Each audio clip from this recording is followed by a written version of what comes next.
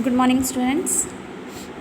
Hope you are doing well, and I also hope that whatever I am explaining in these videos, you are able to understand it and is quite useful for you. So, moving on with the next question, let's see 57th one. The question is the atomic number of an element X is 11 and the atomic number of Y is 17. The name of the elements is not given, and he has mentioned only the atomic number. Depending upon that, we can guess it.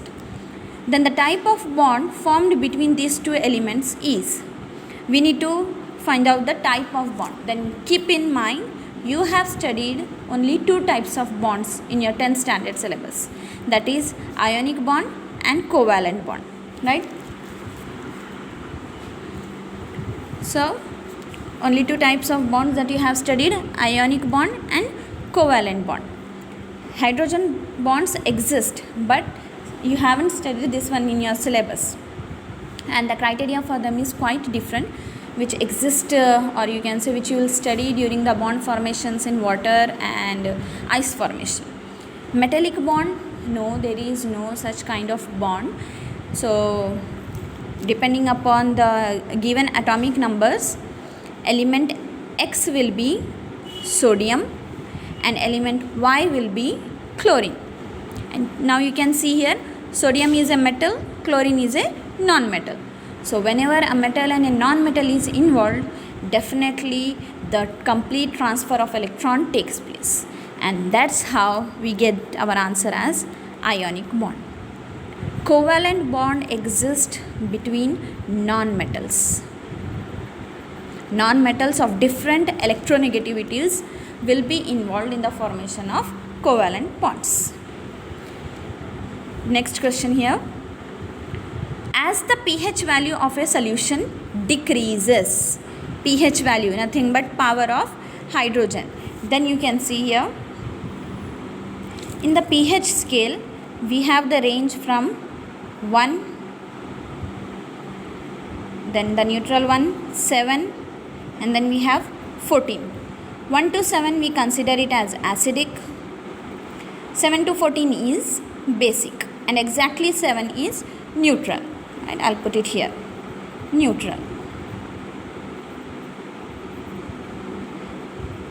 Now here he is asking, as the pH value of solution decreases, that means if we are moving back, whether it is from here or here, but if the pH value is decreasing, that means we are moving towards the lower values, then what will happen to the OH minus ions or H plus ions? Then keep in mind, as the pH value decreases and it lies in the range of 1 to 7, then H plus ions will be more in quantity. If the pH value is increasing, that means going above 7, then the OH minus ions will be more in quantity. Since it has mentioned that the pH value is decreasing means definitely it is referring to the value less than 7. So we'll see the options now. Number of OH minus ions increases. If we go below 7, then OH minus ions will decrease, not increase. Number of H plus ions increases. Yes, definitely pH value going below 7, it means that H plus ions will be more in quantity. Number of H plus ions decreases. Definitely this is not the case. Next, equal number of OH minus and H plus ions. This is possible only in the case of neutral pH value. So here you might have understood our answer will be the number of H plus ions increases.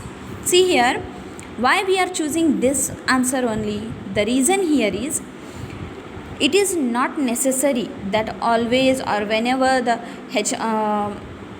pH value decreases, the H plus ion formation may increase. Yes, definitely it will increase, but the OH minus ions will remain constant.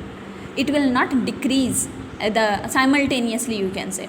As H plus ions are increasing, the OH minus ions will decrease. No, its quantity will become constant there, or it will remain same. but will not decrease. That's how we'll choose the answer as number of H plus ions increases. Next we have a compound has been given here. The functional group present in the carbon compound CH3, CH2, C double bond O, OH. We need to find out the functional group. Before finding out for this one, let's see what are the functional groups for these given function options. So here it is aldehydes. The functional group for aldehyde is C double bond O H, single H, just a H here. For ketone we have C double bond O, which always appears at the center. It's not a terminal functional group. We have alcohol then, bond OH, the least reactive, or you can say the weakest among the given functional groups here. Then we have carboxylic acid, C double bond OOH, or you can also write it down as COOH, the strongest among the given functional groups. Now you can see here, depending upon the arrangement, the functional group present in the given compound CH3, CH2, COOH. Then our answer will be carboxylic acid. See students, here for this question the possibility is that he may ask the name of this compound also. If not this one, then any other structure will be given or molecular formula of the compound will be given, and he will ask you to name it depending upon the functional group, or you can say double bond, triple bond present in that one. If not this, then benzene structure can be asked, the proper benzene structure, the arrangement of the alternate bonds in it. If not that, then the molecular formula of benzene, hexene, cyclopropane, the comparison of the general formulas. Many possibilities are there here.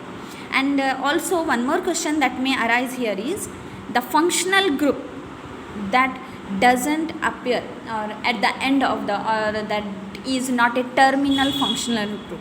That means the functional group which always appears at the center, which requires bond formation from both the sides. So in this manner the questions may arise here. You need to be very careful while selecting the correct option here, because functional groups sometimes may create confusion. So carefully solve the questions and try to understand them properly.